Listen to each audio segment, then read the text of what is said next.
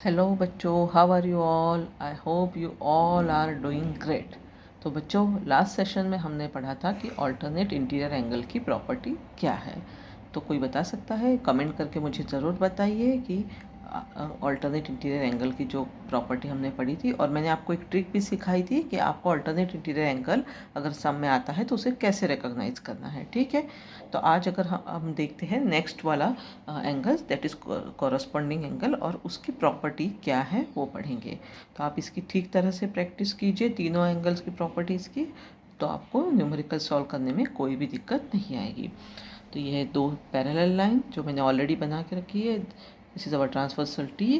तो corresponding angles मतलब इसका डेफिनेशन क्या है कि जो ट्रांसवर्सल के सेम साइड पे हो और अबव द लाइंस हो या तो बिलो द लाइंस, कोई भी पेयर जो हमें लेनी है जो अबव द लाइंस हो, बिलो द लाइंस हो।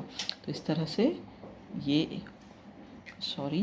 ये वाला ऊपर वाला एंड देन ये नीचे वाला एक पेयर होगा। अगर हम इनको नाम दें 1 2 3 4 एंड 5 6 7 8, तो हमारी पेयर्स कैसे हुई यहाँ पे?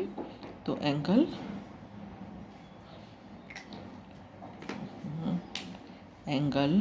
2, एंगल 6, ठीक है, नीचे वाला below the line angle 3, angle 7, left hand side of the transversal that is angle 1, angle 5 and below the lines, left hand side पे बिलो द लाइंस एंगल 4 और एंगल 8।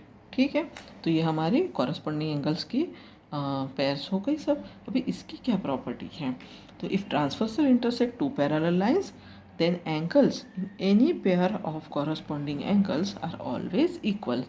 तो ये भी जो पेयर बनी है इसमें angle 2 is equal to angle 6, angle 3 is equal to angle 7, angle 1 is equal to angle 5 and angle 4 is equal to angle 8। मतलब जो भी पेयर में अगर लाइन के ऊपर वाला है ले रहे हैं हम एंगल 2 और एंगल 6, तो ये दोनों इक्वल होंगे। सिंपल लैंग्वेज में ये दोनों इक्वल होंगे। 2 और 6 इक्वल होगा, 3 और 7 इक्वल होगा, 1 एंड 5 इक्वल होगा और 4 और 8 इक्वल होगा। बस इतनी सिंपल सी प्रॉपर्टी आपको याद रखनी है। जो ऑल्टरनेट इंटीरियर एंगल्स में हमने पढ़ा था जेड में, ये जो रूट वाले एंगल होते हैं वो इक्वल होते हैं। अभी इसमें आपको कौन सा लेटर याद रखना है? तो देखिए आपको कुछ यहाँ पे एक लेटर दिखाई दे रहा है, ये रहा हमारा। उसमें हमने जैसे z याद रखा था, इसमें आपको f याद रखना है। इस तरह से या तो आप सीधा f ले लीजिए, या तो आप उल्टा f ले लीजिए, या इसे अपसाइड डाउन कर लीजिए, अपसाइड अप कीजिए, अपसाइड डाउन, किसी तरह से, मतलब इस तरह से। तो इनके जो रूट में एंगल आएंगे, ये तो अब जैसे z के रूट में जो एंगल आ रहे थे वो ऑल्टरनेट इंटीरियर एंगल थे, बट इसमें रूट में आएंगे वो तो है ही। और सपोज अगर कोई एंगल इसके अबाव वाला, मतलब ये वाला भी तो कॉरस्पॉन्डिंग एंगल हुआ ना, तो ये वाले भी आप ले सकते, ये वाले, ये ऊपर वाले भी, इस तरह से ऊपर वाले। पर आपको कौन सा लेटर याद रखना है? एफ। अभी आप कहोगे कि मैम ऐसे कैसे हम इसको याद रखें, तो मैं आपको इसको एग्जाम्पल देखिए। ठीक है, ये दो पैरेलल लाइंस हुई है। अभी मैं इसे इस तरह से भी, हम जितने भी केस इसके हैं वो सारे डिस्कस कर देख लेते हैं, तो आपको इसको रिकॉग्नाइज करने में कोई प्रॉब्लम नहीं आएगी। ये देखिए, अभी यहाँ पे आप कॉरस्पॉन्डिंग एंगल्स कैसे फाइंड आउट करोगे? तो ये रहा एफ, तो इसके ऊपर वाले, ठीक है, या तो इसके एफ के नीचे वाले। सेम उसी तरह से ये उल्टा एफ, इसके ऊपर वाले कॉरस्पॉन्डिंग एंगल की पेयर, या तो नीचे वाले कॉरस्पॉन्डिंग। और पेयर में जो ऊपर वाले एंगल होते हैं वो सेम, नीचे वाला एंगल इसके साथ सेम होते हैं। तो ये वाले, तो सपोज ये x है, ये y है, तो x is equal to y, या तो ऊपर वाला 1 और 2, f के ऊपर वाला 1 और 2, ये भी इक्वल है। इसमें अगर उल्टा f लीजिए तो इस तरह से ये दोनों सेम, या तो ये ऊपर वाले सेम। यहाँ पे ऐसे f इस तरह से रिकॉग्नाइज करना है आपको, ये वाले सेम रहेंगे, या तो फिर ये वाले ले लीजिए। सेम उसी तरह से ये रहा आपका एफ, ठीक है, उल्टा एफ है। इसमें ये वाले तो या तो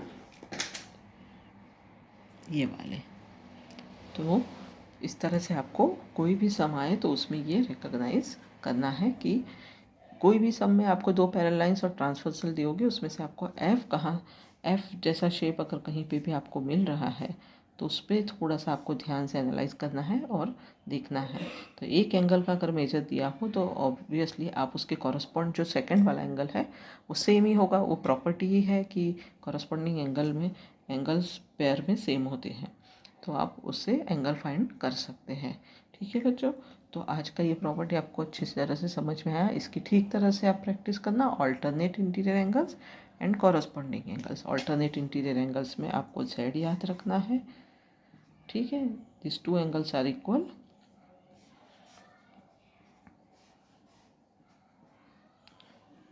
ठीक है। एंड कॉरस्पॉन्डिंग एंगल्स में आपको f इस तरह से, ये नीचे वाले लाइन के नीचे वाले ले लीजिए, लाइन के ऊपर वाले ले लीजिए, ये लाइन के नीचे वाले लीजिए, ये दोनों इक्वल रहेंगे, ये ऊपर वाले दो इक्वल रहेंगे, किसी भी तरह से।